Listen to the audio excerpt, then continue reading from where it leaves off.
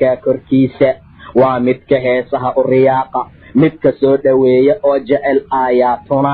aayaadkeenna haddii lagu aqriyo meeshuu ka raaci lahaa u soo dhowaan lahaa diinta alla taageeri lahaa wallaa mustakbiran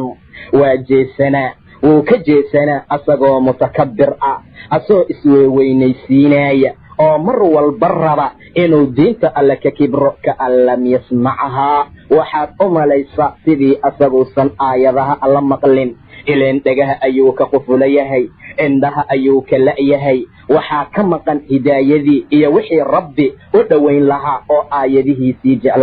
jeclaysiin lahaa markastoo aayadaheenna lagu aqriyo wallaa mustakbiraa waa jeesanaa oo diinta alla ayuu ka jeestaa heesahow aada axaadiista ayuu ka jeestaa fanaaniintuu u riyaaqaa nebiga sunnadiisa ayuu ka leexdaa waxyaabaha ay fanaaniinta sameeyeen ayuu raacaa rasuulka ayuu taariikhdiisa iyo sunnadiisa iyo siiradiisa baranin laakiin abwaaniinta iyo fanaaniinta ayaa laga yaabaa ama badanba inuu wax badan taariikhdooda iyo waxa ay yihiin uu ku dadaalo aayaad alla marka loo aqriyo wallaa mustakbiran kaan lam yasmacahaa waaba sidii asagoon aayadaha alla maqlin kaanna fii udunayhi waqaraa dhegihiisana inay ku sugan yihiin culays iyo dhegajig fabashirhu bicadaabin aliim waxaad ugu bishaaraysaa kaa cadaab xanuun badan sida uu heesaha u dhex gala jahannama loo dhexgeliya sida uu diinta u naco rabbi u naca sida uu xaqa uga leexday ayaa jidka mustaqiimka looga leexiyaa haddaba mar walba oo alle agtiisa uu ka leexdo iyo xaqana uu raaci waayo xaaladiisana ay sidaa noqoto waxaan ugu bishaaraynaynaa kuwa cadaab aliima oo xanuun badan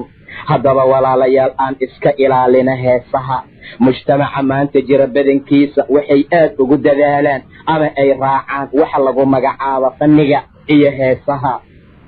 habeen iyo maalin ayay dadku ku dhex socdaan meel walba oo la aado iyo meel kastood joogto maanta waxa camimay waxa lagu magacaabo heesaha sidaa darteed ayaa quluubta dadka muslimiinta badankoodu ay noqotay maanta heesahana ay ku noqotay sida nafsada ay uga soo baxda iyo neefta oo kale